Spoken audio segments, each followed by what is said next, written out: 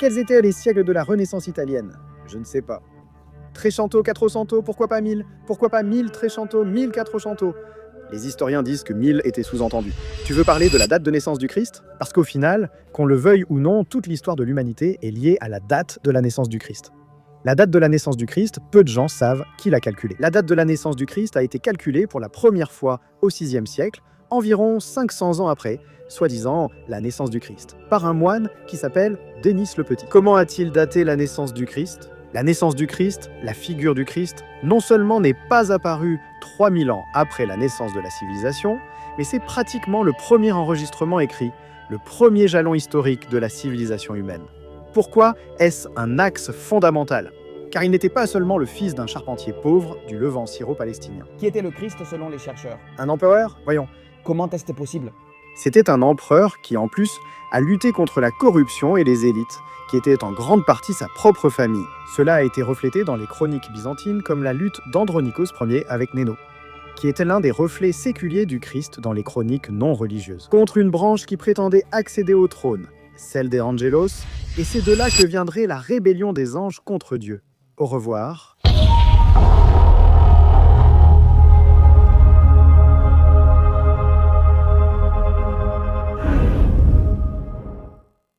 Bonsoir mesdames et messieurs et bienvenue dans un nouvel épisode de La Factoria. Dans cet épisode, nous allons parler d'un sujet très controversé. Nous sommes avec Michael Berberian, une personne qui affirme que l'histoire n'est pas telle qu'on nous l'a racontée, qu'elle comporte des failles chronologiques et qu'il y a plusieurs incohérences. Et je viens remettre en question d'où vient cette façon de penser. Je veux savoir ce qui l'a amené à tirer ses conclusions. Et je pense que ça va être un voyage très intéressant. J'ai vraiment hâte de l'interviewer. Bienvenue Michael, comment ça va? Bonjour Jota, ravi d'être ici, merci beaucoup. La première question que je veux te poser, c'est que l'histoire n'est pas une science. Effectivement. D'abord, pour bien le comprendre, d'accord, pour poser des bases, il faut comprendre que l'histoire a deux définitions. D'accord, une matérielle et une formelle. Formelle. Pour que tout le monde comprenne. C'est la structure de l'histoire qui est une suite d'événements disposés le long d'un axe temporel, et cet axe temporel, c'est la chronologie. C'est la définition formelle, et ensuite il y a la définition matérielle, qui est le contenu de l'histoire, d'accord? C'est-à-dire la matière qu'on pourrait résumer en deux mots, historiographie, politique. L'historiographie, c'est la réintégration, l'interprétation ou l'explication du passé, d'accord? Et la politique. Eh bien, tout le monde sait ce que c'est la lutte pour le pouvoir. Celui qui l'a essaie de le garder et celui qui ne l'a pas essaie de l'obtenir. Par conséquent, l'histoire, dans sa définition matérielle et formelle, si on réunit les deux, nous donne le résultat qu'elle ne peut en aucun cas être une science. Parce qu'une science, d'abord, a une base, disons, méthodologique, empirique. D'accord, elle ne doit pas vraiment dépendre de l'observateur. Tu vois, toi et moi pouvons être à des endroits différents. Le globe, par exemple, l'eau a la même composition, avec la même pression atmosphérique, elle entre en ébullition au même degré, etc., etc. L'histoire dépend de qui l'a écrite, quand elle a été écrite et dans quel but, d'accord. De plus, un historien d'accord n'étudie pas ce qui est d'accord. Parce que l'histoire, qu'est-ce que c'est?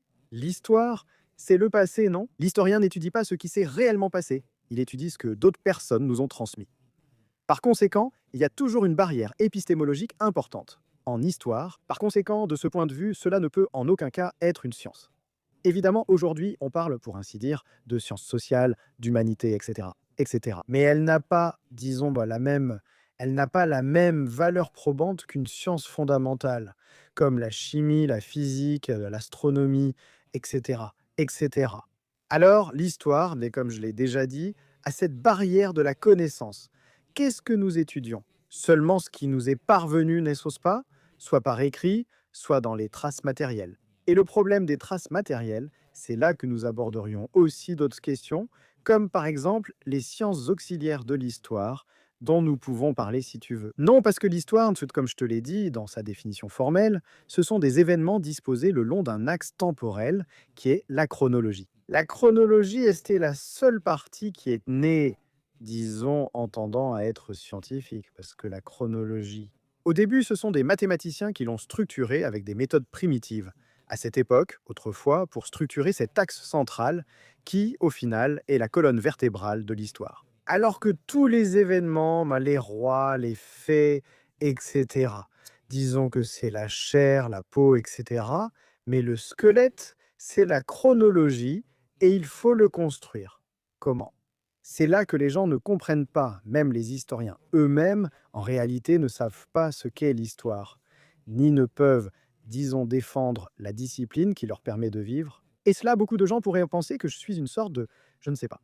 Eh bien, moi et beaucoup d'autres personnes, en fait, je suis diplômé en histoire, d'accord? Je connais les bases de l'histoire officielle, mais je défends aussi une position révisionniste. Mais qu'est-ce que le révisionnisme? C'est simplement, disons, réviser. Mieux dit, non, pour ainsi dire, de façon redondante, à la racine, tous les postulats de l'histoire dans n'importe quelle science, ce qui est un autre argument pour ne pas considérer l'histoire comme une science. Elle connaît une naissance, un développement et une révolution. La physique, l'astronomie et d'autres sciences ne sont pas les mêmes à leur origine qu'aujourd'hui. Cependant, l'histoire n'a jamais connu de révolution en son sein, c'est-à-dire que l'histoire s'est toujours, disons, développée par couche, mais la base de l'histoire n'a jamais été remise en question. En physique, aujourd'hui, rien de tout cela. J'ai une question. Pourquoi plaides-tu pour réviser l'histoire? Quels ont été les faits ou les incohérences qui t'ont amené à penser que cette révolution de l'histoire devrait avoir lieu? Eh bien, écoute, c'est une très bonne question, vraiment. Je veux dire, jamais. Rien de nouveau n'est inventé. D'accord, jamais. Tu avances sur les épaules de géants et reprends le relais d'autres personnes. Je suis un simple vulgarisateur, je ne suis pas chercheur. Tout ce que je fais, c'est, disons, diffuser ce courant révisionniste qui naît précisément au XVIe siècle. En fait, à l'université de Salamanque, d'accord, avec le professeur Darcilla, qui a écrit principalement 2 œuvres, qui ne se sont pas conservées parce qu'elles sont tombées dans l'index des livres interdits. Il ne reste simplement que quelques fragments cités par d'autres auteurs. Mais ce que l'on sait, c'est que ces 2 œuvres, qui étaient la Divina et Flore Historica et le Programma Historia Universalis, remettaient en question toute la chronologie existante depuis la base. Et la question est, pourquoi? Cela a-t-il commencé au XVIe siècle? Parce qu'au XVIe siècle et au début du XVIIe, mais surtout au XVIe siècle, 2 œuvres ont vu le jour. Majeures, remarquables, de 2 grands chronologistes théologiens, dont le jésuite Joseph Scaliger et Dionysius Petavius. Ce sont eux qui ont posé les bases de la chronologie telle que nous la connaissons aujourd'hui. C'est-à-dire que tout ce que nous connaissons aujourd'hui de l'Égypte ancienne, de la Sumer, de la Mésopotamie, absolument toutes les dates, 2000 avant Jésus-Christ. tout, c'est eux qui l'ont établi. Le problème, c'est que leur version n'était pas la seule à cette époque. C'est celle qui a gagné, d'accord, c'est celle qui a gagné. Alors que dans les milieux académiques, il y avait d'autres personnes qui disaient que leur version était incorrecte. C'est-à-dire que dès la naissance même de cette chronologie, que nous continuons d'utiliser aujourd'hui, 400 ans plus tard, sans la soumettre à la critique, elle a déjà été critiquée à sa création. Comme je l'ai dit, il y a eu le professeur Arcilla de l'université de Salamanque et bien d'autres. Logiquement, certains noms que je vais citer pourraient te surprendre. Il y a eu beaucoup d'autres érudits, experts, scientifiques qui disaient que l'histoire ancienne, et il faut comprendre l'histoire non pas comme le passé réel qui s'est produit, que nous l'ignorons, sauf avec une machine à voyager dans le temps. Mais comme ce qu'on nous a raconté, Effectivement, mais l'histoire, entendue comme le registre écrit, d'accord, le registre écrit, surtout de l'époque ancienne, ce qu'on considère comme l'Antiquité, d'accord, qui commencerait à peu près. Non, ici il s'agit d'une année de plus ou de moins. Donc vers 3000 avant Jésus-Christ et jusqu'à la chute de l'Empire romain d'Occident en 476.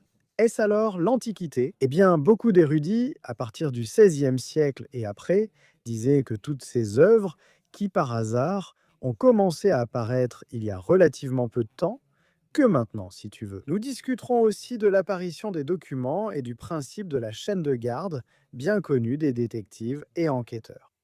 Il disait que toutes ces œuvres avaient en réalité été créées dans les cabinets des humanistes.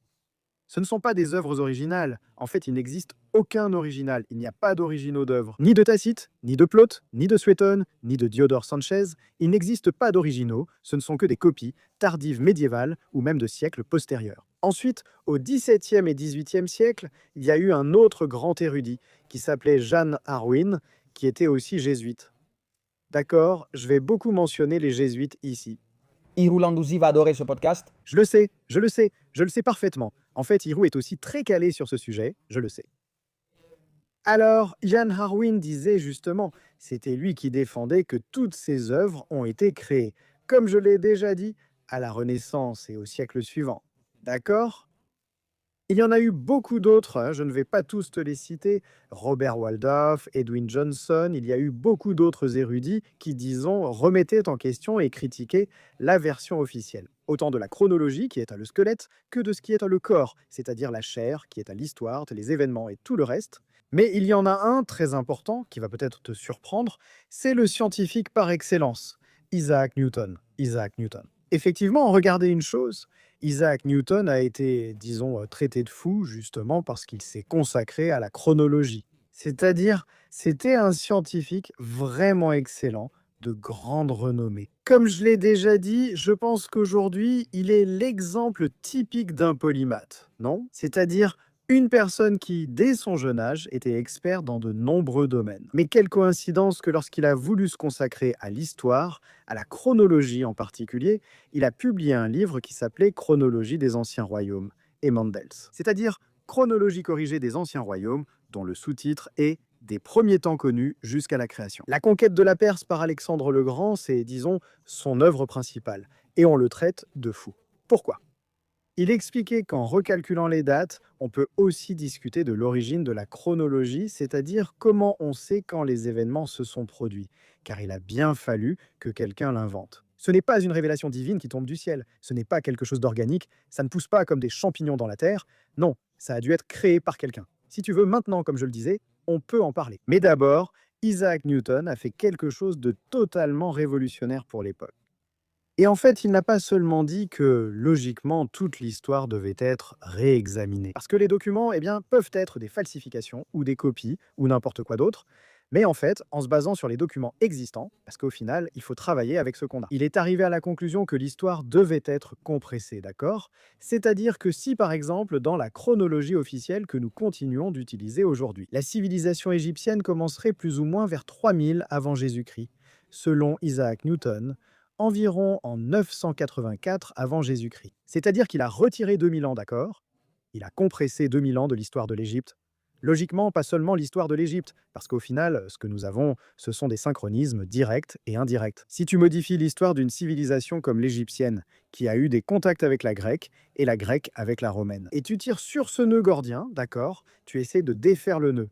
Au final, tu ne peux pas réviser seulement une partie de l'histoire, tu dois la réviser complètement. Logiquement, comme je le dis, cette œuvre de Newton n'a jamais été prise en compte. Elle existe comme une simple curiosité, les gens la lisent, et ainsi de suite. Mais comme d'habitude, comme il l'a écrite dans les dernières années de sa vie, d'accord, ce qu'on utilise généralement, c'est la classique attaque ad hominem. Eh bien, comme il était vieux, le vieil homme radotait, alors il n'a rien trouvé de mieux à faire que de dire ses absurdités. Et c'est le niveau de la critique qu'on adresse à Newton concernant cette œuvre. Personne ne l'a, disons, soumise à une critique formelle, scientifique. J'ai une question, mais n'étudie-t-on pas l'histoire dans son ensemble? Le récit officiel, par exemple, ne prend pas en compte que la civilisation romaine était en contact avec l'égyptienne, avec Jules, César, Marc-Antoine, Cléopâtre. C'est-à-dire qu'on est arrivé à un consensus sur ce qu'est l'histoire. Dans quel but? Le point que je vois, c'est que si un récit a gagné, ce récit n'est-il pas plus vérifiable que l'autre? Non, car c'est une autre erreur, croire que si beaucoup de gens disent quelque chose, cela rend la chose vraie. Je suis d'accord, mais que se passe-t-il quand deux visions de l'histoire s'opposent dans le milieu académique? Ce n'est pas encore clair pour moi. Quelle est l'autre vision? J'aimerais savoir laquelle est-ce. Comment a-t-elle pu durer? Et si c'est une vaste tromperie, quelle est l'intention? Ici, nous aimons les tromperies. Nous savons qu'elles existent. La question est, quelle est l'intention derrière la tromperie? C'est aussi une très bonne question. Tu vois, l'histoire dans son ensemble aussi, comme je le dis, par exemple, elle a même été critiquée par des historiens officiels. Il ne faut pas penser que cela ne concerne que quelques illuminés, parce que ce n'est pas le cas. Une autre des critiques, c'est de dire que ce sont des conspirationnistes. Des conspirationnistes, mais en plus, tu vois, une autre critique consiste toujours, disons, à faire appel au domaine d'étude d'un érudit. C'est-à-dire, comme Isaac Newton n'était pas historien, la critique est qu'est-ce qu'une personne qui n'est pas historien fait en s'occupant d'histoire? C'est classique, non? Si un mathématicien signale des failles dans l'histoire, on répond. Ce n'est pas un historien, mais un mathématicien. C'est-à-dire que les critiques les sont toujours comme ça. Mais même au sein de l'historiographie officielle, il y a un grand historien que tout le monde connaîtra, qui s'intéressait à l'histoire ancienne du 19e siècle, un Allemand qui s'appelle Theodor Mommsen, d'accord? Lui-même faisait partie, disons, d'un courant qu'on appelait justement l'hypercriticisme. Et il expose des centaines d'exemples qui, dans l'histoire officielle, ne correspondent pas à ce qu'il y a, par exemple, dans les documents. Lorsque les tableaux chronologiques ont été créés par John Blair et d'autres, une version s'impose, mais même dans les documents et sources primaires, des différences subsistent. On peut lire des choses qui ensuite ne correspondent pas à ce que d'autres historiens ont, disons, intentionnellement ajusté pour que ça commence à coller. Alors, après cette brève clarification, quelle est l'intention?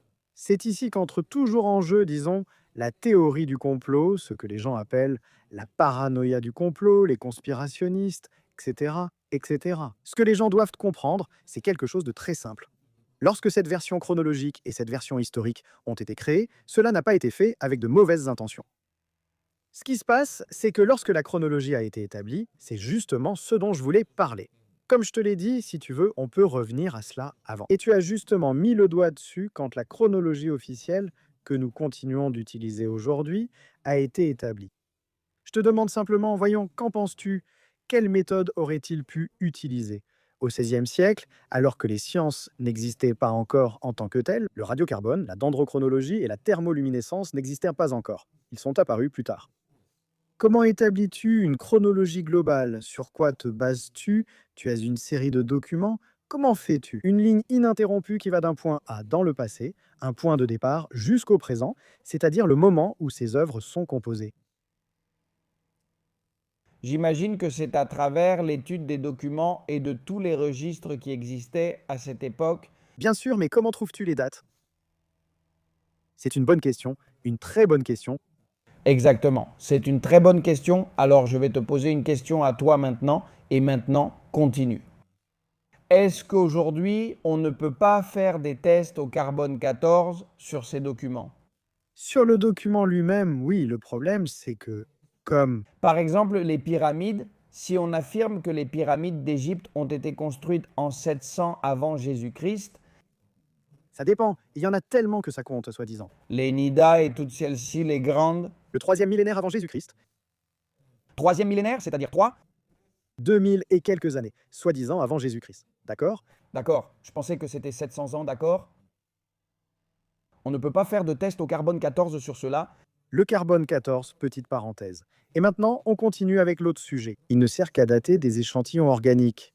Et en plus, le carbone 14, si tu veux, on fait ici une pause et j'explique le carbone 14. Je croyais que tu pouvais le faire partout. Non, non, non, le carbone 14 ne sert qu'à dater des échantillons organiques, des tissus d'êtres vivants, des plantes, des animaux. C'est pour ça que les documents fonctionnent, parce qu'ils étaient faits avec de la peau d'animaux. C'est un problème assez important, parce que le document en lui-même, l'âge du parchemin par exemple, ne te dit pas vraiment quand le document a été écrit. Parce que je peux prendre un vieux parchemin, ce qu'on appelle un palimpseste, c'est-à-dire des parchemins anciens, qui lorsqu'ils étaient effacés et qu'on ne pouvait plus les lire, on écrivait par-dessus. Donc ce qui est écrit dessus n'est pas de la fabrication du parchemin? Oui, je comprends. C'est-à-dire que l'analyse même du matériau sur lequel c'est écrit, ne te dit rien non plus sur le contenu du document en lui-même.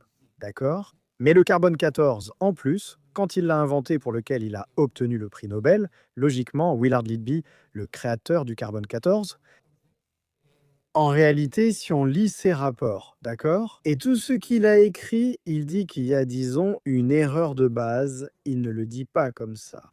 Mais une personne qui étudie comment la méthode a été calibrée comprend qu'il a d'abord pris comme correctes les dates déjà existantes et sur cette base, il a calibré sa méthode. Ce qu'il a fait, c'est quelque chose de très simple. Il a pris quelques échantillons de, disons, de bois, d'accord? D'une époque connue, les 3 derniers siècles, d'accord, c'est-à-dire une période traçable, connue, facile.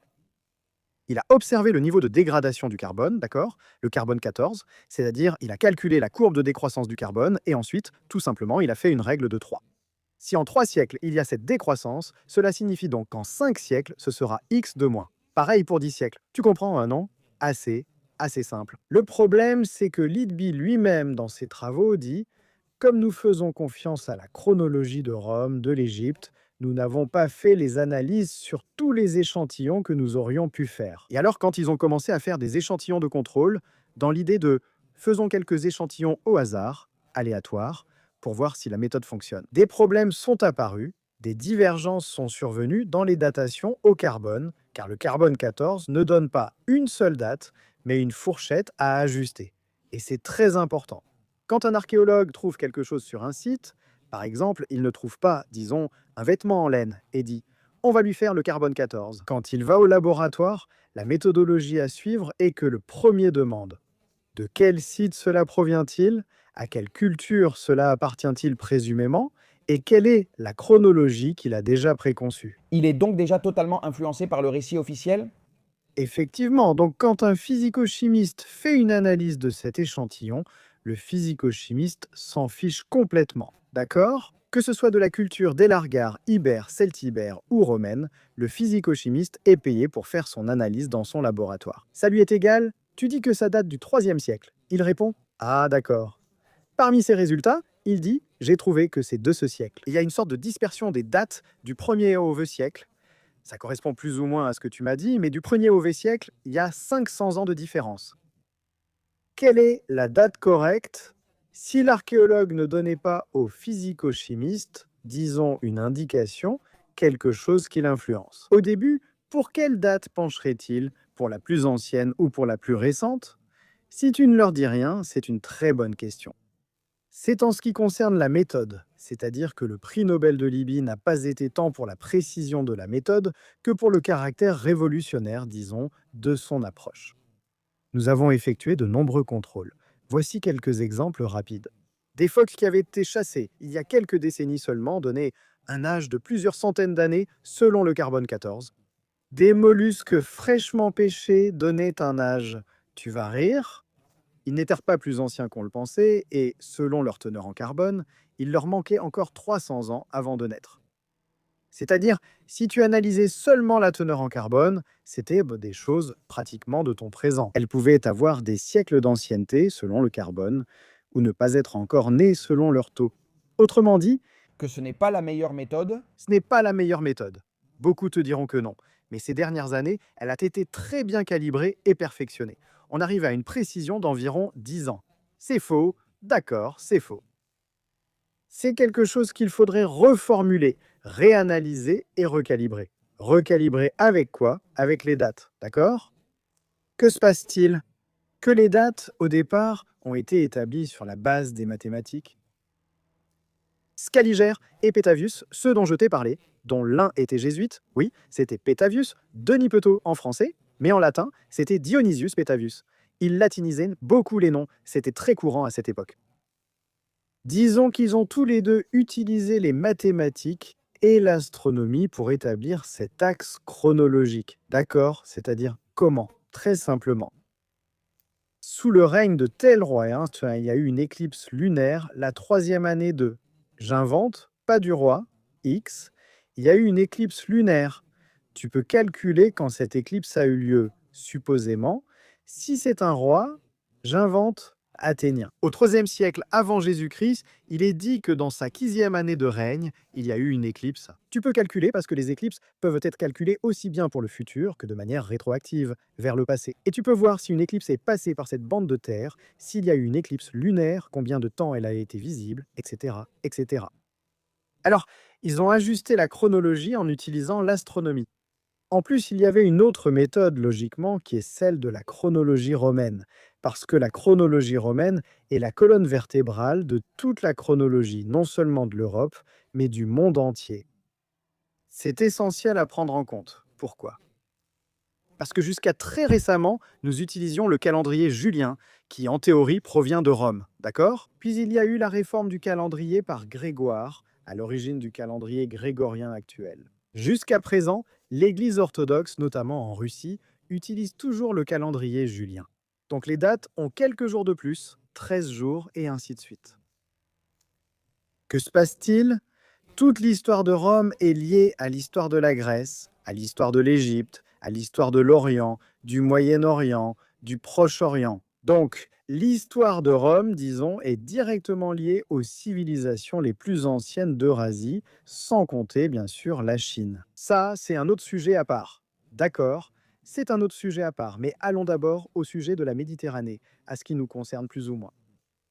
Alors, toi, une fois que tu structures la chronologie romaine, la seule chose que tu dois vraiment faire, c'est ajuster le reste des chronologies et le reste des époques, et des calendriers et tout le reste à la chronologie de Rome. Comment s'organise la chronologie de Rome? En théorie, c'est simple. On te dit qu'il y avait 2 consuls par an, d'accord? 2 consuls par an. Que soi-disant, on a conservé les fastes consulaires. Une liste de consuls. Soi-disant, soi-disant. Ce n'est pas vrai, c'est vrai.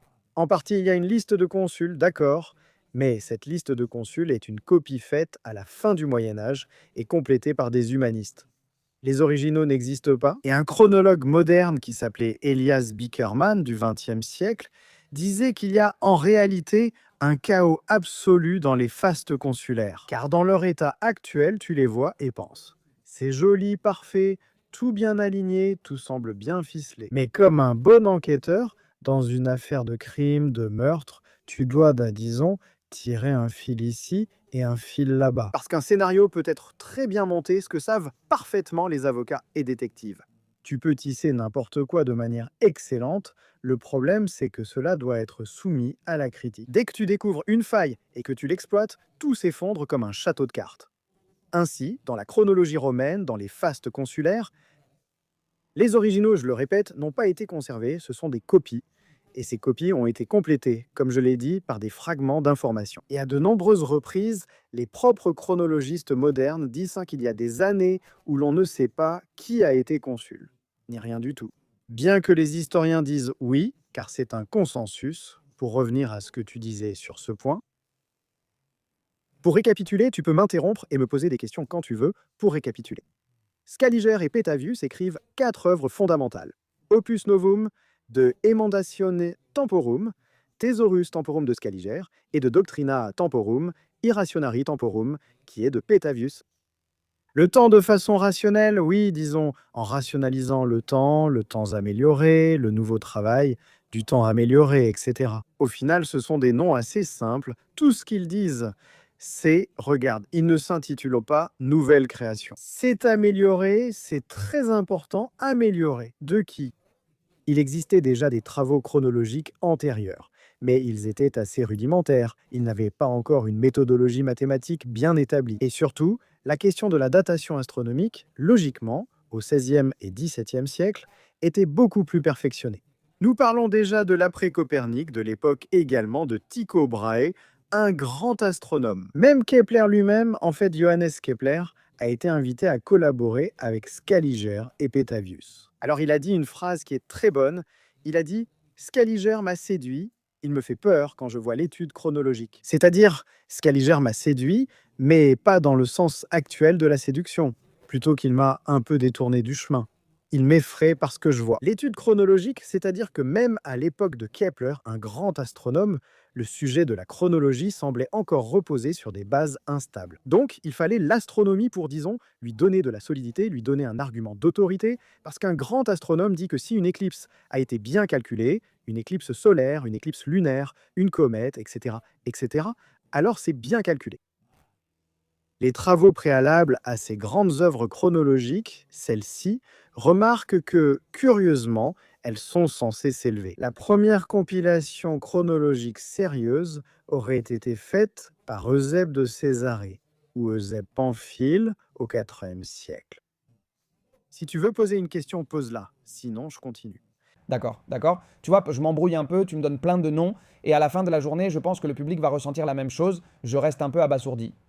Je voudrais ramener ça un peu plus sur Terre. Et ce que je voudrais surtout te demander, c'est quelle est la version révisionniste très terre à terre? Laquelle est-ce? C'est-à-dire, l'histoire n'est pas comme on nous l'a raconté, d'accord? Qu'est-ce qui se passe? Il y a eu beaucoup plus d'années, il y en a eu beaucoup moins. La bataille de Las Navas de Tolosa n'a pas existé. Et ce n'était pas en 1212. Rome n'est pas tombée en 476. Les musulmans n'ont pas assiégé l'île de Capri en 800. Je ne sais pas combien. Les musulmans ne sont pas entrés en Espagne, dans la péninsule ibérique en 711. C'est là où je veux en venir. Quelle est l'autre version? Quel est le mensonge? Quelle est l'intention derrière ce mensonge? Avant de dire quelle est l'autre version, ce que je dois dire rapidement, sans donner de nom ni rien, ce n'est pas une tromperie planifiée. Il y a deux niveaux. Il n'y a pas de conspiration, n'est-ce pas? Au début, des erreurs ont été commises. Des erreurs graves qui étaient basées sur l'imperfection de la science de l'époque. D'accord, donc des erreurs graves ont été commises. Pour que tu comprennes facilement, une même histoire courte a été quadruplée, d'accord, en 4 versions différentes. Et comme on ne savait pas qu'il s'agissait de la même histoire racontée dans une région différente, écrite dans une langue différente, utilisant des noms différents, etc., sans comprendre qu'il s'agissait de la même histoire.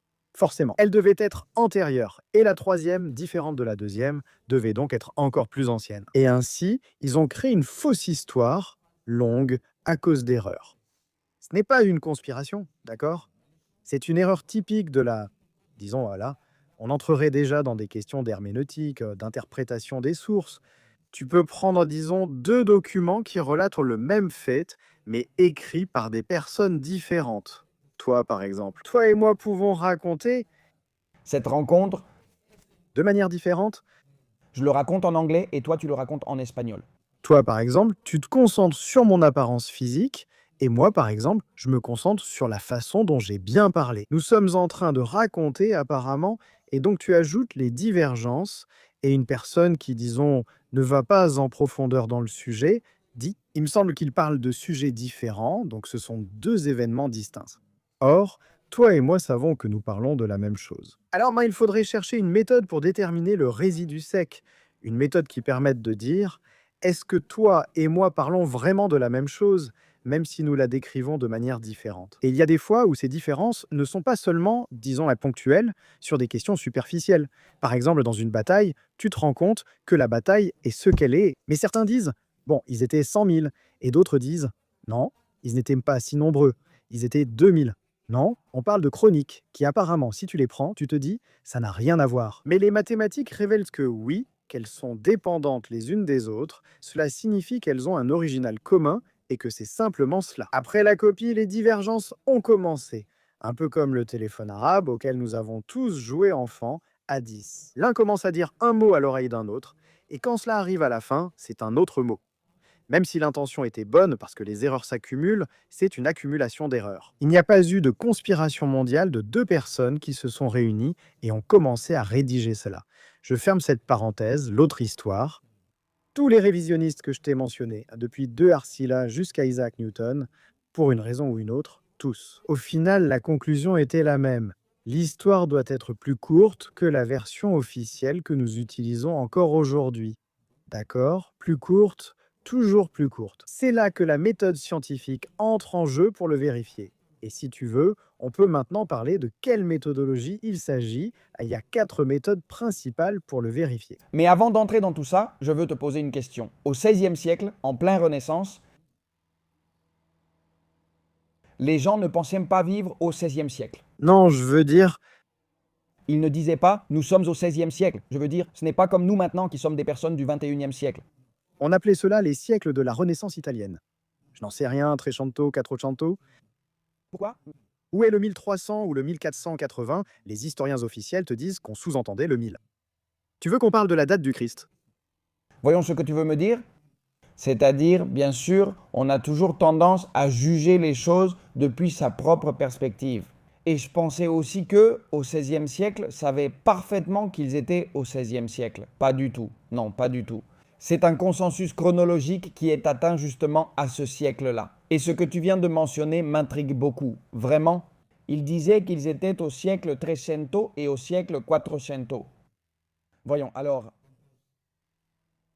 explique-moi parce que moi ça me va. Regarde, la date de naissance du Christ, parce qu'au final, qu'on le veuille ou non, toute l'histoire de l'humanité est liée à la date de naissance du Christ. Parce que logiquement, au final, l'histoire est liée à toute l'histoire universelle. Disons que la principale, c'est l'européenne. Parce qu'au final, nous avons été... Enfin, ils ont été, les Européens ont été, disons, la civilisation qui s'est imposée, la civilisation qui a dominé. Et par conséquent, tout le savoir était eurocentriste. Il a toujours été eurocentriste. La naissance du Christ reste une référence chronologique majeure. C'est pourquoi, quand on affirme que le Christ n'a pas existé, il y a toujours cette blague. Mais toi, tu es en quelle année? 2025? Après qui? Peu de gens savent qui a calculé la date de naissance du Christ, parce que ce n'était pas une tradition connue depuis toujours. La date de naissance du Christ a été calculée pour la première fois au VIe siècle, environ 500 ans après la naissance supposée du Christ, par un moine qui s'appelle Denis le Petit. D'accord? Comment a-t-il calculé la date de naissance du Christ? D'abord, il a calculé sa mort. Comment? Parce que selon les évangiles, lorsque le Christ a été crucifié, il y a eu une éclipse. Solaire et aussi le temple? D'accord? Mais l'essentiel, c'est l'éclipse, qui au final est un événement astronomique céleste que tu peux dater en suivant une série de considérations. Il a calculé une date X pour sa mort, et tout ce qu'il a fait ensuite, c'est de soustraire 33 ans, qui est la tradition. Que le Christ est mort à 33 ans, d'accord? Il a d'abord calculé sa mort, puis il a soustrait 33 ans. Simple, tu dis d'accord. Au VIe siècle, la date de naissance du Christ a été fixée, et dès lors, tout le monde savait en quelle année il vivait après le Christ. Eh bien, regarde comme c'est curieux. Dans l'Empire byzantin, l'Empire romain d'Orient, souvenez-vous que l'Empire romain d'Occident est officiellement tombé en 476 et l'Empire romain d'Orient en 1453, presque 1000 ans plus tard, aux mains des Turcs ottomans. D'accord. Donc il se trouve que l'Empire byzantin, qui n'a jamais eu de brèche, qui a été un empire ininterrompu depuis la séparation entre Honorius et Arcadius, entre les empires romains d'Occident et d'Orient, qui aurait été le premier empire à adopter le christianisme, d'abord, soi-disant que c'était l'Arménie comme religion officielle d'État, puis il y avait aussi des chrétiens éthiopiens, il y a eu aussi des chrétiens coptes en Égypte, mais officiellement, l'empire qui adopte le christianisme est l'Empire romain d'Orient. Les Grecs et toi, tu dis le IVe siècle, le début du IVe siècle, ne savaient même pas quand ils adoptaient le christianisme. Quand le Christ est né, parce que cela a été calculé au VIe siècle, 300 ans après, 200 et quelques années après. Et il se trouve que lorsque Dionysius l'Exigu a calculé la date de naissance du Christ. L'Empire byzantin, un empire profondément chrétien qui mettrait encore de nombreux siècles à tomber, soi-disant jusqu'au XIVe siècle, du VIe au XIVe siècle, soit 700 ans. On ne savait pas quand le Christ était né, on continuait à discuter de sa date de naissance, alors que Dionysius l'Exigu l'avait déjà calculé. C'est-à-dire, nous sommes face à disons, une rareté dans l'histoire officielle. Et en fait, l'Empire byzantin ne savait pas à quelle date le Christ était né. L'Empire byzantin utilisait un autre type de datation, qui était la date. Depuis la création du monde, ou d'Adam, on l'appelle l'ère byzantine. Maintenant, voyons comment cette date a été calculée facilement. Tu continues à me révéler l'incohérence? D'accord. Et qu'est-ce qui se passe? On te dit, voyons, s'il te plaît. Il existe des documents qui utilisent l'anno domini, la date depuis la naissance du Christ, qui sont, je vais l'inventer, mais on te dit qu'il y en a du 7e ou du 8e siècle. La chancellerie papale, la première fois qu'elle utilise le compute anno domini, c'est-à-dire depuis la naissance du Christ, c'est en l'an 1431. Qu'est-ce qui se passe, la chancellerie papale? Pardon, merde. Rome ne savait pas quand le Christ était né. Combien de temps a-t-il fallu depuis le VIe siècle jusqu'à 1431 au XVe siècle pour adopter la date Anno Domini à Rome? Les Byzantins, comme je l'ai dit, ne l'ont jamais adopté. Ils utilisaient l'ère byzantine ou depuis Adam. L'ère byzantine a-t-elle été calculée à partir d'Adam? Ici, il faut comprendre un courant qu'on appelait la scolastique. Je ne sais pas si cela te dit quelque chose, la scolastique. Ce n'était rien d'autre, disons, que la tentative de faire concorder et coïncider la philosophie aristotélicienne avec la théologie chrétienne. C'est-à-dire donner à la théologie chrétienne une certaine base scientifique. D'accord, primitive alors, mais scientifique. La scolastique est-elle importante? Il n'y avait pas de point de départ à l'époque ancienne. Tout était compté en utilisant 3 cycles. Le cycle ou le cercle du soleil, qui allait de 1 à 28. Et pourquoi à partir de 1 et non de 0? Le 0 n'existait pas comme concept, d'accord? C'est quelque chose qui a été introduit bien plus tard. Si tu veux, on pourra aussi aborder d'autres questions de mathématiques ensuite. Le 0 n'existait pas parce que le 0 n'est rien d'autre que rendre présent ce qui est absent. L'absence est, disons, une invention humaine. Le zéro n'existe pas, le zéro c'est le néant, d'accord? On l'utilise dans le calcul positionnel. Les Romains non, les Babyloniens non, ils n'utilisaient pas le zéro, les Grecs non plus. D'accord. Trois cercles, je répète, le cercle du Soleil de 1 à 28, le cercle de la Lune de 1 à 19 et l'indiction de 1 à 15. Et il faut s'imaginer, et les spectateurs qui regardent doivent aussi s'imaginer, qu'autrefois les dates étaient inscrites, comme je le dis, pas comme aujourd'hui, à partir de telle année, depuis tel événement. Non. Mais on utilisait trois petits trous d'accords qui ajoutaient une unité. Et quand elles atteignaient l'unité maximale, elles revenaient à l'unité principale. Il faut imaginer un cadenas à trois petits trous que tu fais tourner, et quand tu passes du 9 au 0, qui dans ce cas serait le 1 d'accord, alors il faut imaginer trois petits trous. Autrefois, les documents. Qu'est-ce que tu dis, Mika? Autrefois, les documents étaient datés au cercle du Soleil, 17 cercles de la Lune. 3 indications 5. Un tel événement s'est-il produit? Et tu dis, ah, mais comment je sais quelle année c'est? Ça, lui, il le savait. C'est lui qui l'a composé. Moi, bordel. Comment je saurais quelle année c'est, non? Ils ont donc décidé de fixer un point de départ pour simplifier, car avant on utilisait la main des Damasquins ou de Jean Damascène.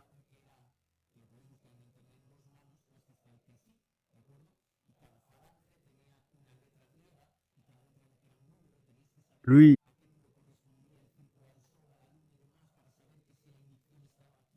sup, très compliqué. D'abord, pour ne pas dire la discipline mathématique, très primitive, très primitive, très compliquée. Donc pour la comprendre, c'est très confus. Mais c'est simple. C'était une date de départ et on commence à compter les années. Et on arrête avec les petits jeux et les histoires à dormir debout. Qu'ont-ils fait? Super trivial, ils ont dit. On va multiplier les trois nombres au minimum comme un multiple, 28 par 19 par 15. 7980. Qu'est-ce que c'est le 7980? L'ère de la création? Pourquoi, dans la scolastique, a-t-on dit, bon, c'est ça, on dit que Dieu a créé le monde en combien de jours? 7. Supposément, t'es pas 6, et le septième jour, il s'est reposé. Chaque jour de la création du monde, c'est un millénaire qui se termine.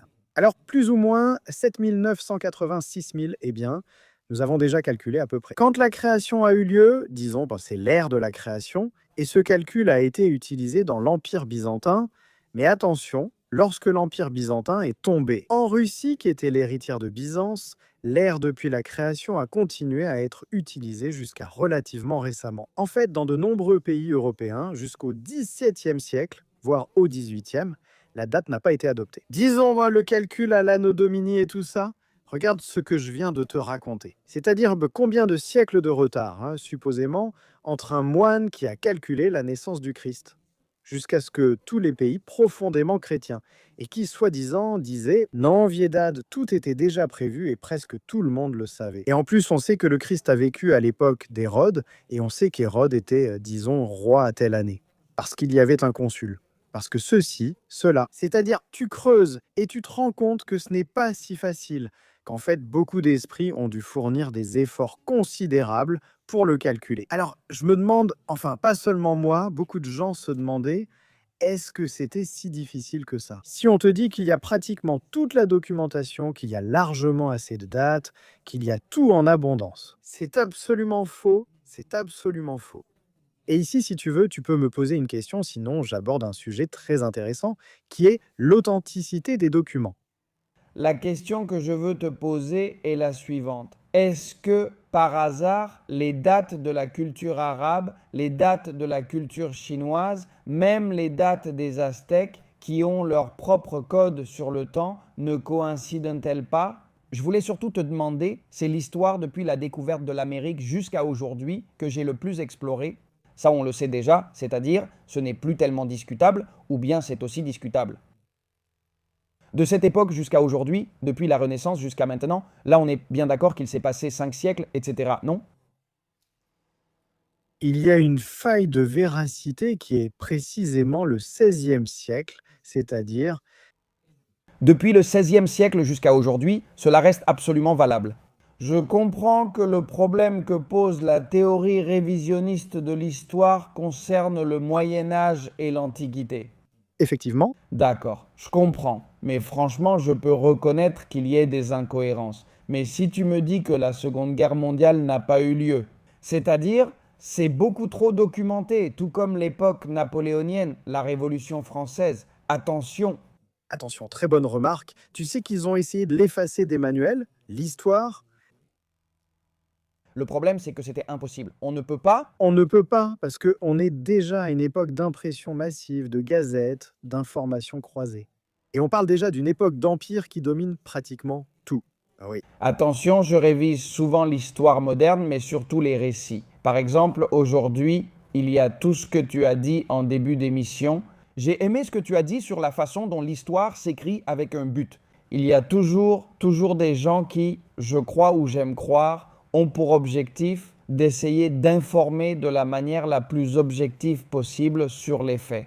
Mais malheureusement, aujourd'hui, nous vivons en Espagne avec la loi de mémoire historique. La loi de mémoire historique qui est une réinterprétation des faits selon le goût d'une idéologie politique précise. Et ça, bien sûr, s'ils font ça maintenant, qui dit qu'ils ne l'auraient pas fait tout au long de l'histoire? C'est-à-dire que je comprends parfaitement où tu veux en venir, parce que je vois de mes propres yeux comment ils essaient de me réécrire l'histoire avec des bons et des mauvais, des bons, bons, très bons, et des mauvais, mauvais, très mauvais. En analysant d'autres sources, on réalise que l'histoire n'est jamais simplement une question de bon ou de mauvais. Donc, pour revenir au sujet du révisionnisme historique et pour revenir au sujet de disons, d'après ce que j'ai compris, corrige-moi si je me trompe, on nous a dit que l'histoire est beaucoup plus longue qu'elle ne l'est vraiment. C'est-à-dire, les Égyptiens n'ont pas été une civilisation pendant 3000 ans, cela semble aussi un peu exagéré. Parce que, si l'on considère la durée des empires du XVIe siècle à aujourd'hui, c'est vrai que 3000 ans, ça semble vraiment énorme, non? Ou, en utilisant la logique pure et dure, alors, combien d'années penses-tu vraiment qu'il y a depuis l'Antiquité, depuis les premiers registres historiques jusqu'à la Renaissance, où l'imprimerie commence à apparaître, où l'information commence à se croiser, comme tu l'as mentionné? Pour comprendre cela, je dois faire une petite clarification, parce que sinon, les gens ne vont pas bien comprendre. Vas-y, vas-y. C'est simplement pour mentionner les méthodes qui ont été suivies pour arriver à la conclusion, que tu me demandes de raconter, d'accord? Pour revenir à la même chose, imagine que tu as un nombre énorme de documents et de chroniques, d'accord, et que tu dois les organiser d'une certaine manière. Comme je l'ai dit, ce n'était pas par méchanceté ni mauvaise foi que les gens ont établi une chronologie incorrecte. Ils avaient une méthodologie à leur disposition et des connaissances à leur disposition, et ils les ont appliquées du mieux qu'ils pouvaient. Et disons, en se trompant dans la composition de la chronologie, ils ont composé cette longue histoire. Alors, comment pouvons-nous aujourd'hui arriver à la conclusion que l'histoire est beaucoup plus courte? En reprenant le flambeau de ce qu'a déjà fait Isaac Newton, sauf que Isaac Newton, le pauvre, a vécu à une époque où il n'existait pas de calcul informatique, il n'y avait pas d'ordinateur. C'est-à-dire que pour ce qui a déjà été fait, ça va, parce que c'est fait, il n'y a rien à refaire. Nous ne posons pas un problème que quelqu'un doit résoudre, c'est déjà résolu, d'accord? Nous ne mettons pas un problème sur la table, c'est-à-dire, tiens, regarde, fais, c'est curieux, non, voyons si quelqu'un le fait, mais c'est déjà fait, d'accord. Comment en est-on arrivé là? Et ensuite, nous verrons qui l'a fait, comment il l'a fait, et tout le reste. Il existe 4 méthodes principales pour, disons, établir une chronologie correcte. Au final, l'histoire, moi, comme tout le monde le sait, c'est le récit écrit. Si ce n'est pas écrit, ce n'est pas de l'histoire, et c'est pour cela qu'il y a la préhistoire, qui correspond à l'époque où les gens n'écrivaient pas l'histoire. Disons que cela commencerait avec la création d'une société étatique, hiérarchisée, n'est-ce pas? Donc orators, bellators, laborators, et logiquement, l'enregistrement écrit, c'est là que commence l'histoire. Comment, en prenant tous les documents existants, les œuvres fondamentales qui existent aujourd'hui, c'est-à-dire les historiens nous disent A, mais avec les mêmes sources qu'ils utilisent, on n'invente rien. Avec les mêmes sources, le résultat est B. Comment en arrive-t-on là? Il existe 4 méthodes principales. L'une d'elles consiste, disons en simplifiant énormément, à savoir si deux chroniques, qui apparemment sont différentes, parlant de la même chose.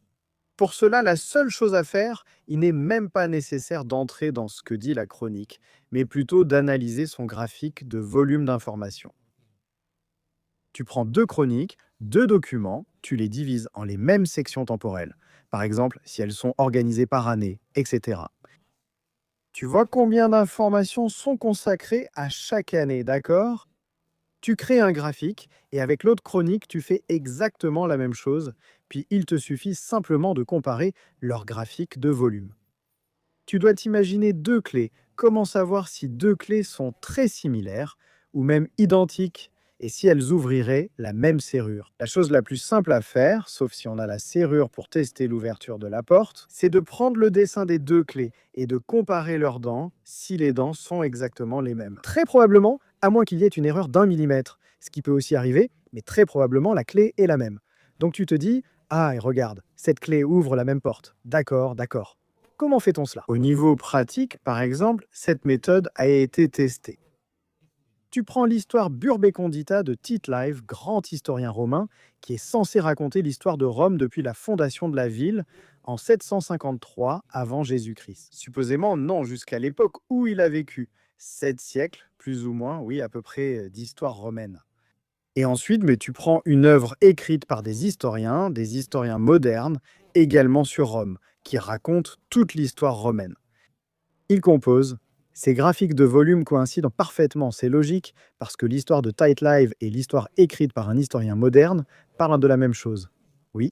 Et en plus, il utilise comme référence ce qui était déjà écrit. Effectivement, je comprends. C'est très simple, d'accord, c'est très simple. Maintenant, que se passe-t-il lorsque deux chroniques que tu dis à première vue, il est impossible qu'elles parlent de la même chose? L'un dit que le roi s'appelait Julio, l'autre dit que c'était un calife nommé Mahmoud. L'un affirme que la bataille a eu lieu quelque part, l'autre dit qu'elle s'est déroulée ailleurs. Que cela t'apprend-il? Avec une toponymie différente, la description semble différente. Mais curieusement, leurs graphiques de volume font des sauts aux mêmes endroits quand tu les superposes. Oui, tu parlais des graphiques et c'est du volume? Je répète, avec les graphiques de volume, tu prends un texte, d'accord, et tu le divises en sections égales. Par exemple, des années, le graphique de volume peut être, par exemple, les lignes qui sont consacrées par année. Il y a des années où il se passe beaucoup de choses et on y consacre une page, et il y a des années très riches en contenu et on y consacre 10 pages. Et il y a des années où il ne se passe absolument rien, sauf peut-être une sécheresse à mentionner brièvement. Alors tu fais un graphique, d'accord, X, d'accord? Donc, il y a une année où on ne dit rien, une année où on dit beaucoup, une autre année où on dit relativement peu. Et tu construis ces dents de cette clé. Je comprends ce graphique. Je ne comprends pas la fréquence et les volumes, et il fait pareil avec l'autre chronique. Et en les superposant, tu te rends compte que même si apparemment ils parlent de quelque chose que toi, si tu lis, si tu approfondis, c'est ce que disant les mots, tu te dis. Je ne pense pas que ce soit la même chose, mais curieusement, leurs graphiques de volume sont exactement identiques. Qu'est-ce que ça veut dire? Qu'il y a une très forte probabilité qu'ils racontent les mêmes faits, même si tu ne peux pas le voir? Même si, pas qu'il raconte les mêmes faits, mais qu'il raconte la même période de l'histoire, ça peut aussi être exactement ça. Ils ne peuvent pas être. D'accord? Je comprends. Et tu dis, bon, ça peut arriver.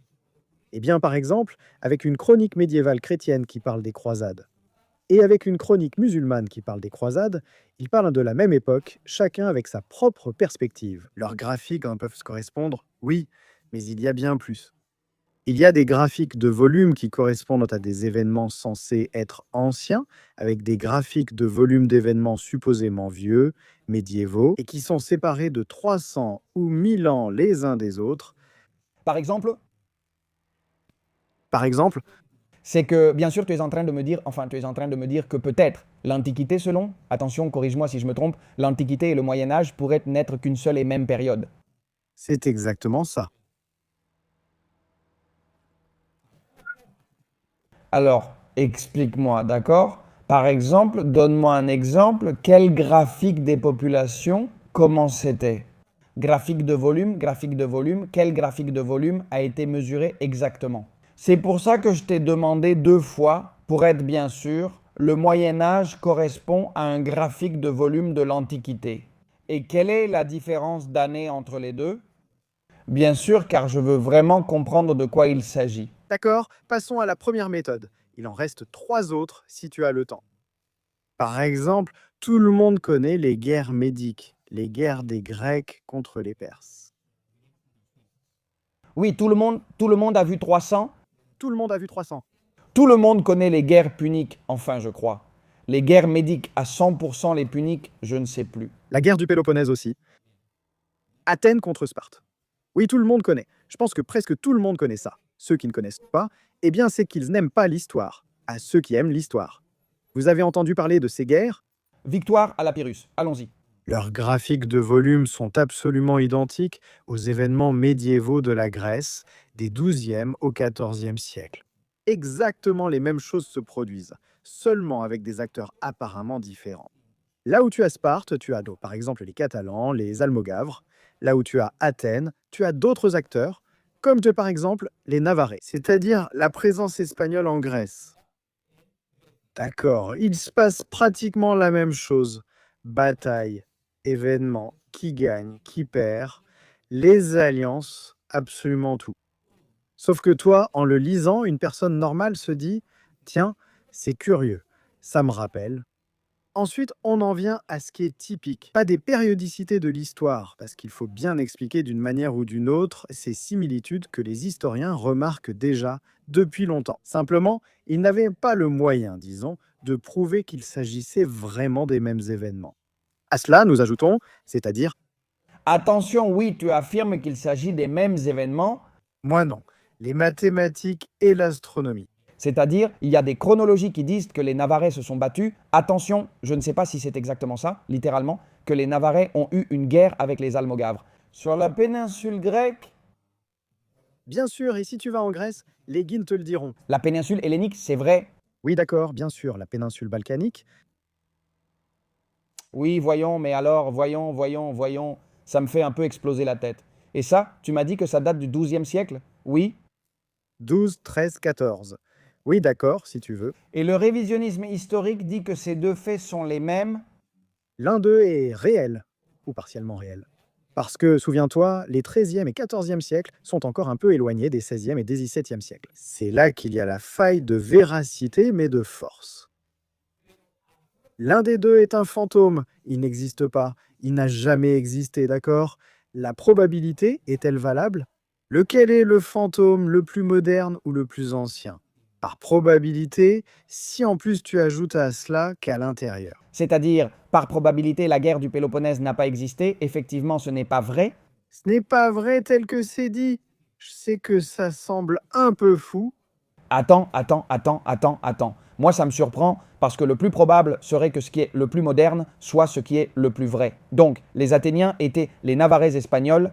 Ce seraient les Catalans qui, en fait, ont fait, disons, du Parthénon. Le Temple Marie était une église chrétienne. Pendant longtemps, pendant 70 ans. Si je ne me trompe pas, D'accord, mais ça me fait un peu exploser la tête, tu sais? oui, Je le sais. Alors, j'aimerais que tu essaies de me convaincre de ça. Ah, c'est très compliqué en très peu de temps.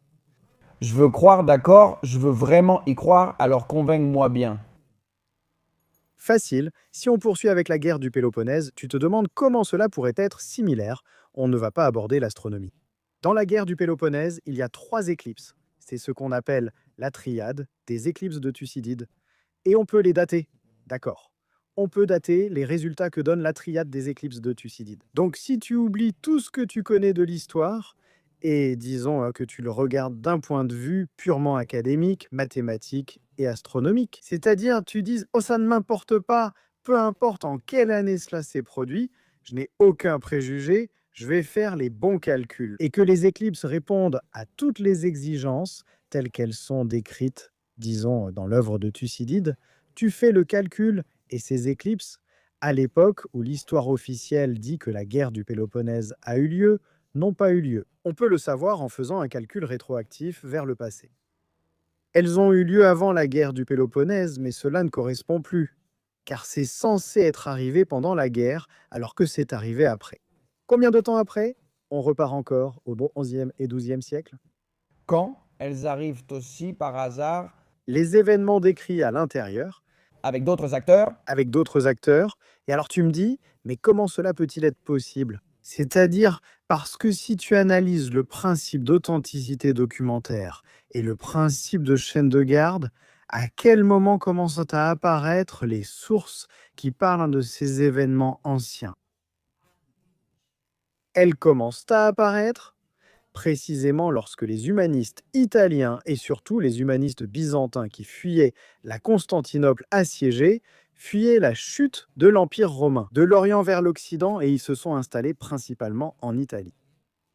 Ils ont apporté énormément de documents, d'accord, ils ont apporté énormément de documents qui étaient médiévaux, sauf qu'ensuite, à cause d'une mauvaise interprétation, ils sont devenus anciens. D'accord, pourquoi? En partie, c'est là qu'il y a effectivement un point, disons, de manipulation intentionnelle de l'histoire. Tu te rappelles que je t'ai parlé d'une couche faite d'erreurs accidentelles? Oui, et il y en a une autre qui, oui, était intentionnelle, politique. Il fallait créer un passé glorieux pour la Grèce et Rome qu'il fallait récupérer face à l'avancée de la barbarie islamique.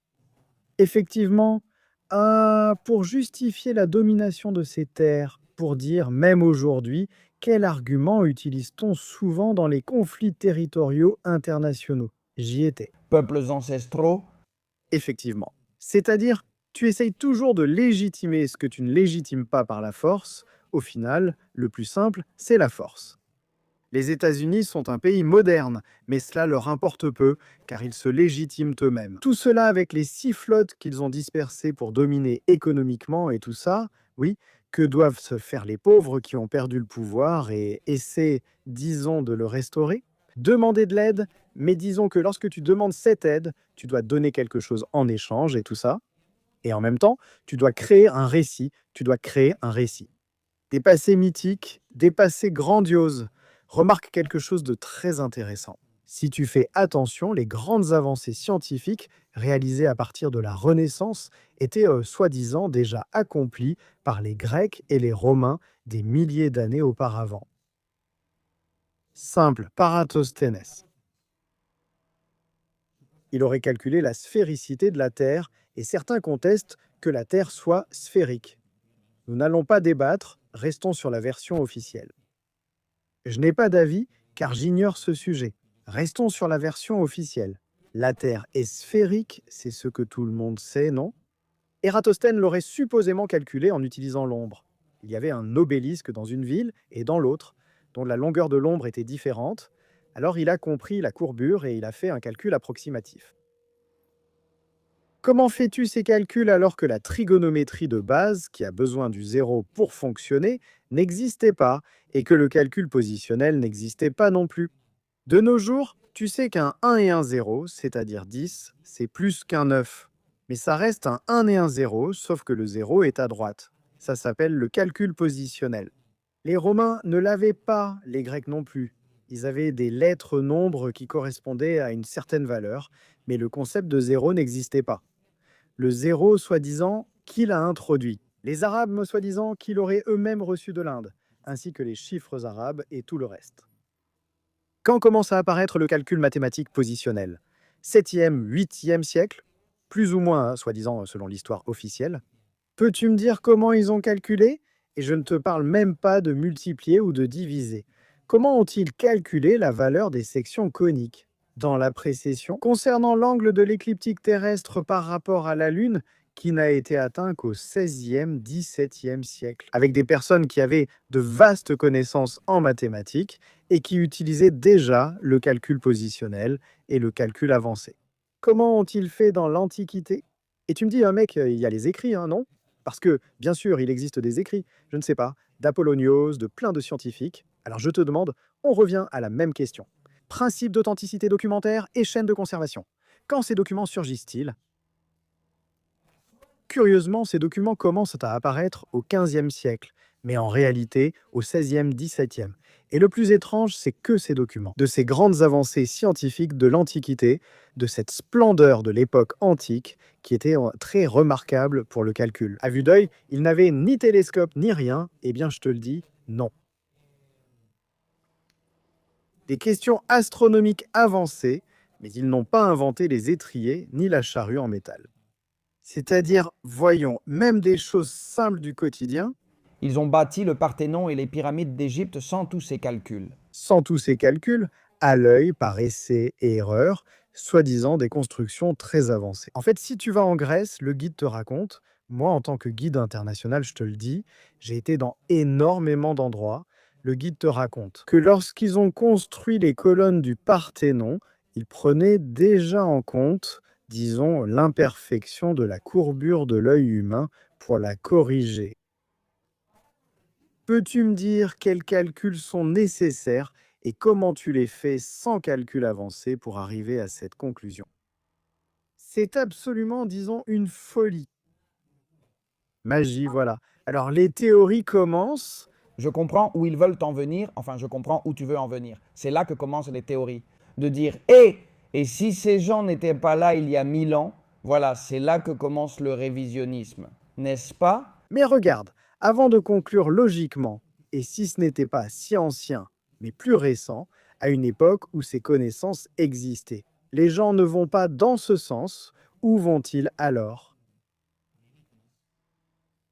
Des extraterrestres, des ondes gravitationnelles pour soulever des blocs de centaines de tonnes, plein de choses qui sont très jolies, eh bien pour des émissions, non, comme les anciens extraterrestres, etc. etc. Les gens, eux, Et ensuite, on pourrait vraiment en parler. Dans l'histoire, il y a certains hiéroglyphes et autres à propos de gens qui viennent. Et attention, dans de nombreuses cultures différentes, il y a beaucoup d'éléments, mais aussi des interprétations. Il fallait saisir la symbolique de l'époque, ce qui diffère du sujet des géants. Non, il existe de nombreuses représentations de géants sur les cartes et dans la Bible. il est question de géants, on parle des Nephthalim, Oui, les Néphilim, et tout ça, oui, les enfants des anges, avec les femmes humaines, etc. Ce sont des sujets, la Bible est un sujet passionnant, qui mériterait une autre discussion.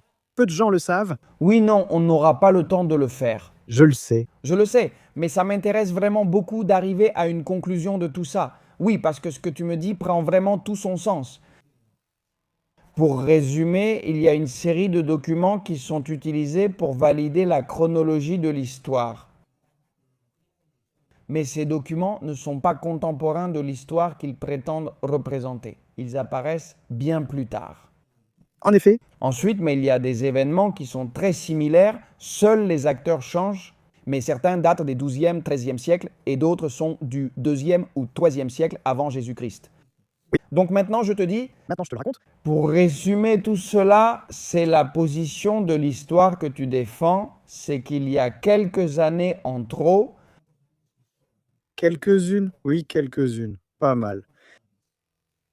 Ce courant révisionniste de l'histoire défend une histoire basée sur des méthodes empiriques, mathématiques, statistiques et astronomiques. Ce qu'elle défend, c'est que, plus ou moins, pour que tu te fasses une idée, il y a 1000 ans, c'était encore la préhistoire, et que le développement humain depuis Jusqu'à aujourd'hui, il y a 1000 ans, c'était la préhistoire. environ, et que le développement humain a progressé sans interruption, de façon exponentielle vers le haut, depuis que l'être humain a créé la première civilisation, l'écriture. Jusqu'à nos jours, jusqu'à la course à l'espace, où certaines personnes diront que nous ne sommes jamais allés dans l'espace. Mais bon, disons que oui. Jusqu'à la technologie moderne des ordinateurs, des téléphones portables et tout le reste, tu peux tracer, disons, une courbe de développement ininterrompue. Alors que dans l'histoire officielle, que se passe-t-il? Il y a des centaines d'années non seulement de stagnation, mais aussi de régression. La connaissance ne se perd jamais, c'est un mythe, cela n'arrive pas. La connaissance, même le plus idiot des conquérants, même le plus barbare des conquérants, sait qu'une carte vaut plus qu'une légion. Comment les légionnaires romains se déplaçaient-ils? Quelqu'un peut-il me montrer ou indiquer une carte de l'Empire romain? Il n'y en a pas, la Tabula Peutingeriana est bien postérieure à l'époque romaine. Et en plus, si tu suis ces cartes, il est très probable que tu n'arrives pas, disons, à bon port. Il y a plein de... Je veux dire, on pourrait passer des heures et des heures à parler de petites incohérences dans l'histoire. Mais ce que je veux que les gens comprennent, c'est qu'avec cette méthode, et trois autres que je vais te mentionner très rapidement, qu'on a déjà évoquées, c'est avec les mêmes sources, savoir lesquelles parlent de la même chose. Par conséquent, au lieu de les disposer consécutivement, il faut les empiler et, disons, les condenser. Ainsi, l'histoire est beaucoup plus courte. Une autre méthode consiste à savoir quel roi et quelle dynastie quelle liste de dirigeants sont des copies d'autres rois. Leurs biographies, il y a des biographies qui sont absolument identiques et qui sont séparées par des millénaires.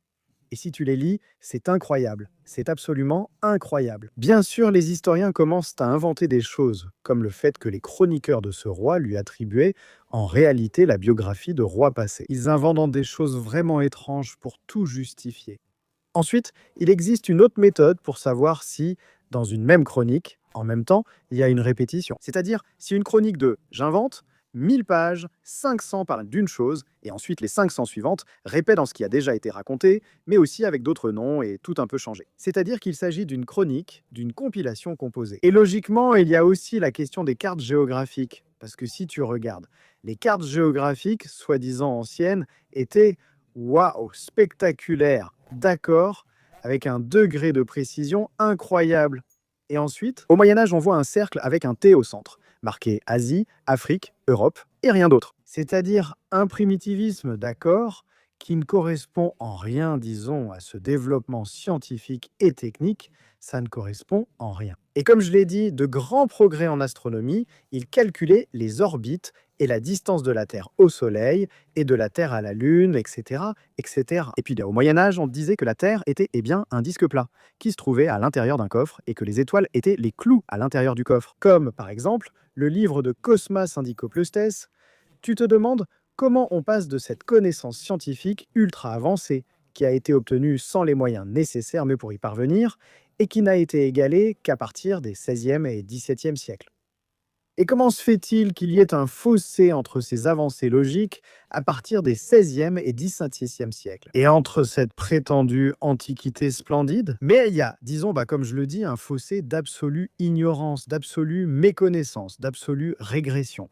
Et dans beaucoup de domaines, pas seulement dans un seul. Au Moyen Âge émergent des figures marquantes, comme saint Thomas d'Aquin. Alors, Pour résumer, je veux que tu me fasses. La division de l'histoire commence en 3000, c'est-à-dire l'histoire officielle, 3000 AVDJ-C. Jusqu'en 476, la chute de l'Empire romain, le Moyen Âge, de la chute de l'Empire romain jusqu'à la découverte de l'Amérique en 1492, ou la chute de l'Empire byzantin en 1456. 3, très bien mec, d'accord. Ensuite, c'est l'époque moderne, de ces dates jusqu'à la Révolution française, oui, de la Révolution française jusqu'à aujourd'hui, c'est l'époque contemporaine, oui. Selon ton point de vue, comment devrait-on réécrire l'histoire ou, disons, redater? Je ne sais pas si ce mot existe, mais je pense qu'on peut l'utiliser, oui. réfléchir, rédater, oui. Redater, reféchard. Bon, oui, redater, ça sonne plus savant, je garde redater. Comment pourrions-nous redater ou comment redaterais-tu la chronologie? Très simple par âge, hein? C'est très simple. La division par âge est uniquement une question historiographique. Mais nous allons utiliser les mêmes divisions qui existent, modernes et contemporaines. Je ne vais pas les utiliser parce qu'en réalité, de la moderne à la contemporaine, avec la Révolution française, c'est aussi un peu absurde. Non, c'est-à-dire, non d'ailleurs, Il y a. Est-ce vrai ou qu'est-ce qui change il y a 300 ans? non, ce n'est pas ça, ce n'est pas bien. Oui, allons-y. L'Antiquité et le Moyen Âge, en fait, c'est le Moyen Âge. Disons que les archives les plus anciennes commenceraient dans le delta du Nil, en Égypte.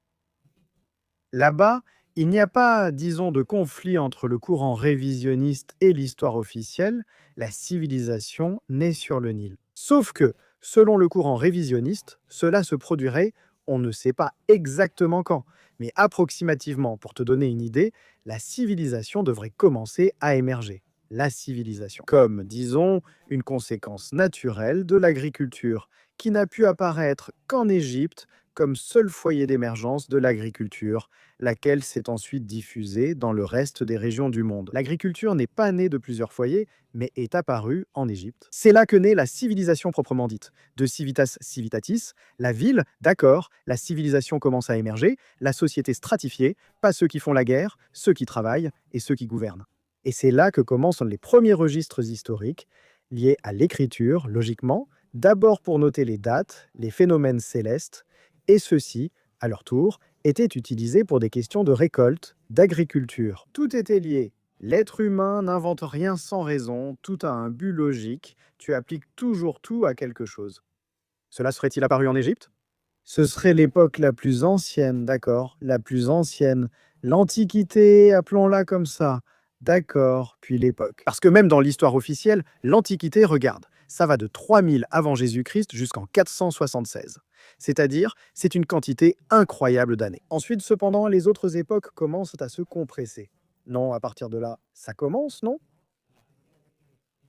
Le développement de la civilisation devient de plus en plus vertigineux. Et c'est pour ça que c'est un danger aujourd'hui. On doit freiner le développement parce qu'on pourrait épuiser les ressources et blablabla. Toutes ces sottises naissent précisément d'une conception erronée de l'histoire. Parce qu'on croit qu'on est resté comme endormi pendant des milliers d'années. Et puis tout à coup, on a eu un développement vertigineux.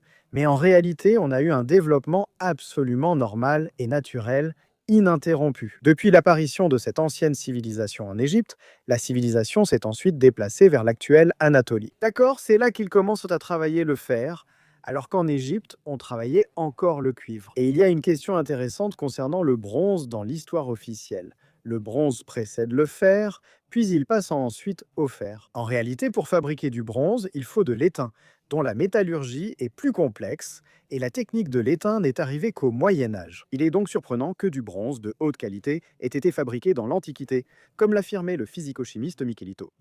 Les gens peuvent le vérifier en cherchant. Mais lui ne tire pas cette conclusion chronologique, affirmant que c'est un mystère. Comment fabriquait-il du bronze sans la technologie nécessaire? C'est très étrange.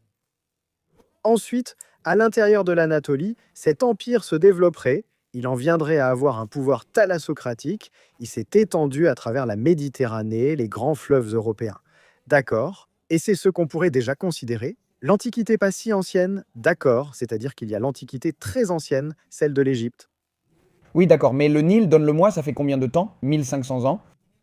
On ne sait pas exactement là-bas, parce que les archives historiques qu'il y a, non, disons, elles ne sont pas si riches et on ne peut pas établir une chronologie. Mais à peu près, compte qu'il y a environ 1200 ans à peu près, la civilisation commencerait à émerger. Environ 1900 ans.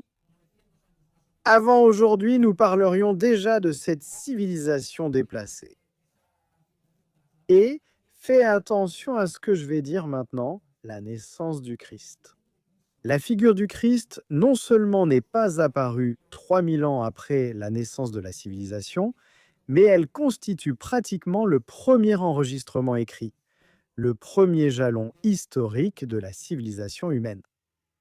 La figure du Christ acquiert un rôle fondamental, prépondérant et bien plus important encore dans ce courant révisionniste de l'histoire. Une figure bien plus fondamentale, une figure qui en même temps a donné, disons, naissance à des centaines de doublons du Christ. Aujourd'hui, que dit l'histoire officielle? L'histoire officielle est très antichrétienne, car on affirme que le Christ est issu de légendes plus anciennes. Copie d'ici, copie de là, d'Égypte, d'Osiris, etc. D'Égypte, on te dit que c'est quelque chose de composé. En fait, le courant révisionniste de l'histoire affirme exactement l'inverse.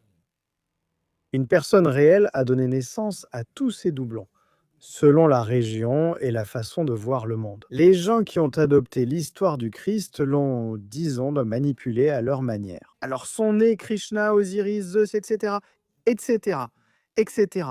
Toutes ces histoires sont postérieures au Christ, pas antérieures. Jusque-là, tout va bien, le Christ est un axe fondamental. Pourquoi est-ce un axe fondamental?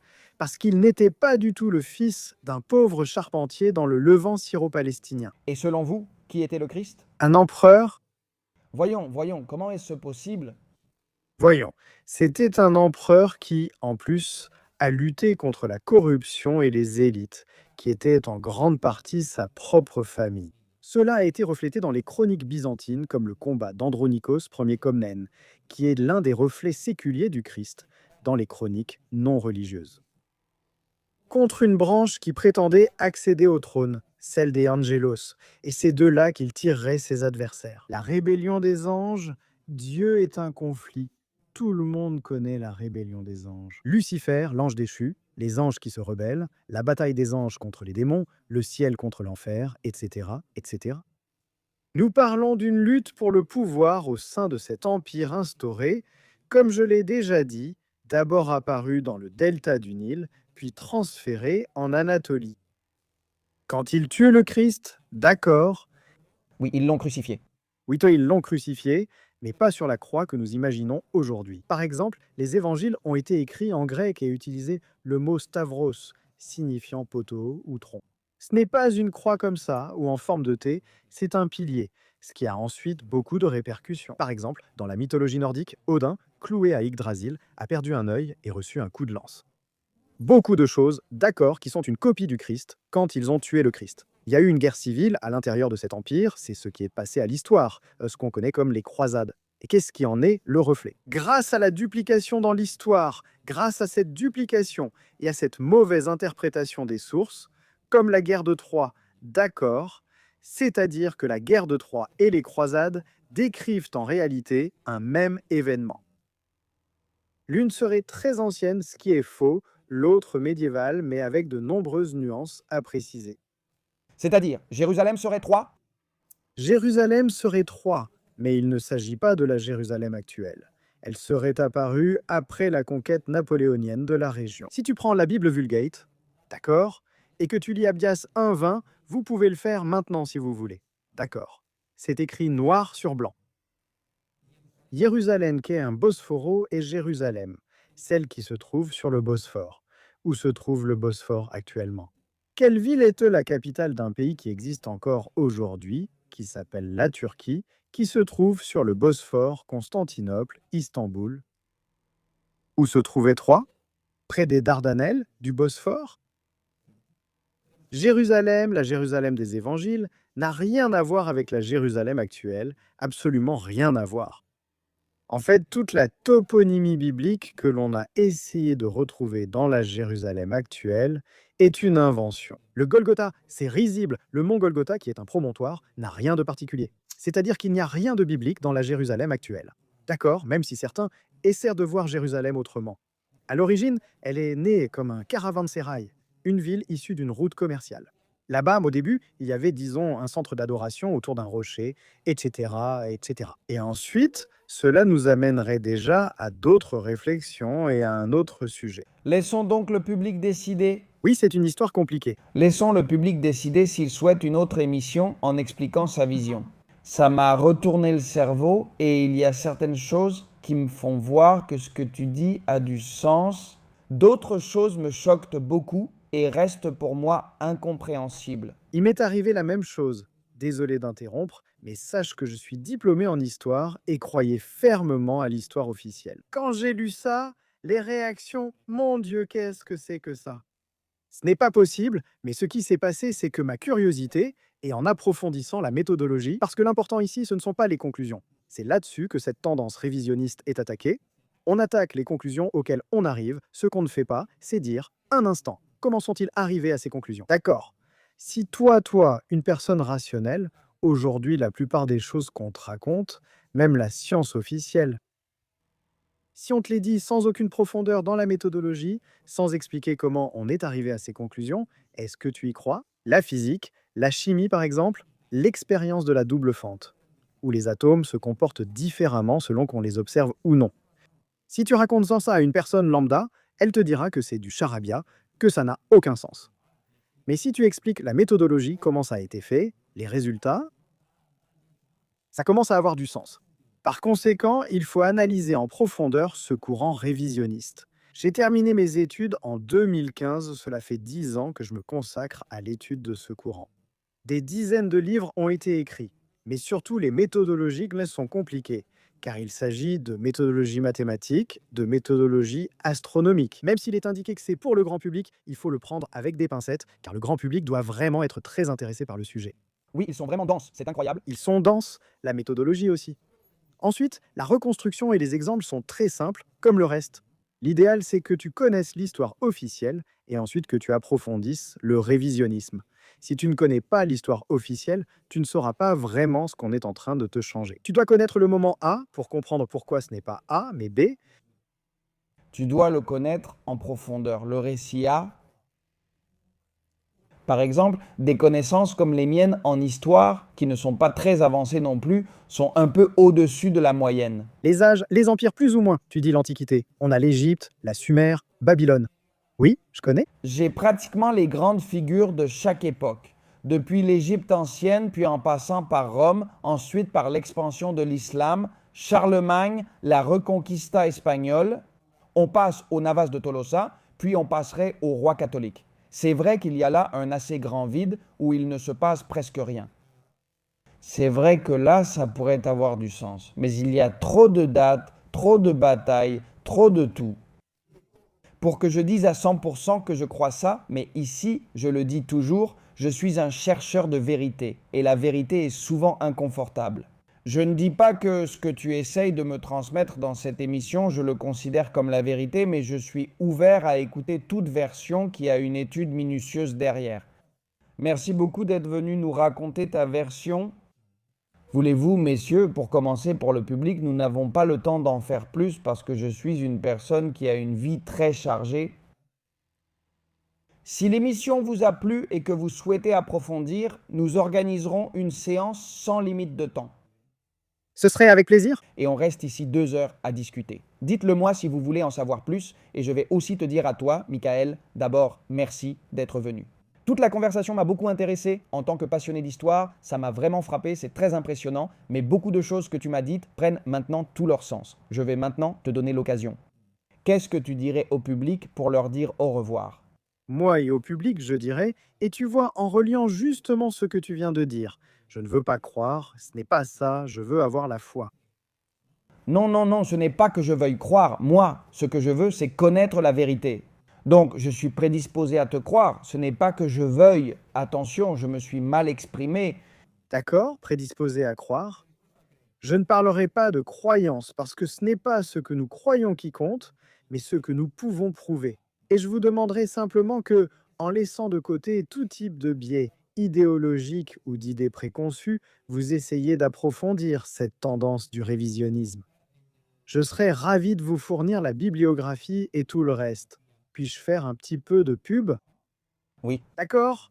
J'ai une chaîne, d'accord, très modeste. En fait, c'est une marge d'erreur d'une grande chaîne. Pas les chiffres et tout ça, mais je pense que je suis très technique et tout ça. Ceux qui sont intéressés peuvent y aller. Je fais de la vulgarisation depuis 5 ans et je sais que beaucoup de choses seront difficiles à transmettre. Mais il y en a d'autres qui peut-être, si la curiosité, disons, l'emporte sur votre refus, disons, de votre rejet. Ce n'est pas possible parce que ce n'est pas possible. Non, comme quelqu'un qui a une maladie et que le médecin lui dit, écoute, il t'arrive ça? La première chose qui te vient à l'esprit, c'est de dire non, ça ne m'arrive pas. D'accord? Non, ce n'est pas possible. La clé, c'est que petit à petit, tu te dises, d'accord, il se peut que ça m'arrive. Je vais croire ce qu'on me dit, enfin, croire. Je vais lui accorder le bénéfice du doute. Nous allons utiliser le mot faire confiance à cette personne et je vais essayer d'approfondir ces sujets. Je vous encourage vraiment à approfondir, à analyser. Et il ne s'agit pas, comme je l'ai déjà dit, de croire ou de ne pas croire. Il s'agit de voir la logique et la démarche méthodologique qui se cachent derrière. C'est très convaincant. D'accord, c'est très convaincant et en plus c'est très éclairant. Une fois que tu comprends, parce qu'il y a de nombreux exemples, en fait, cette même méthodologie a été appliquée à partir du XVIe, XVIIe siècle et il n'y a aucun décalage. Ou bien la même méthodologie a-t-elle été appliquée à des documents postérieurs au XVIIe siècle et n'a-t-elle révélé aucun décalage antérieur? Ouais, donc la méthode est au falsifié, ce qui est une autre exigence de toute science. La possibilité de falsifier sa propre méthode. Que tu puisses remettre en question tes postulats et ta méthodologie. Et c'est tout alors. Simplement remercier le grand Jota. Ça a été un véritable plaisir. Merci pour ta patience. Très bonne question et voilà, les gars, continuez à chercher la vérité sur ce sujet et sur beaucoup d'autres avec l'aide de Jota. Donc, eh bien, ça a été un plaisir. Non, le plaisir était pour moi. Je me suis bien amusé, ça m'a retourné la tête. Je veux faire une autre émission, laissons le public décider. Messieurs, laissez-moi votre commentaire. Abonnez-vous si cette émission vous a plu et je vais aussi vous dire une chose. Commentez si vous voulez partie 2 en approfondissant tout ce qu'il a mentionné à propos de la Bible, du Christ. J'adorerais le faire, mais je vous dois tout. Et puis, merde, on va le faire, peu importe ce que les autres disent. Alors voilà, messieurs, on se retrouve dans le prochain épisode de La Factoria.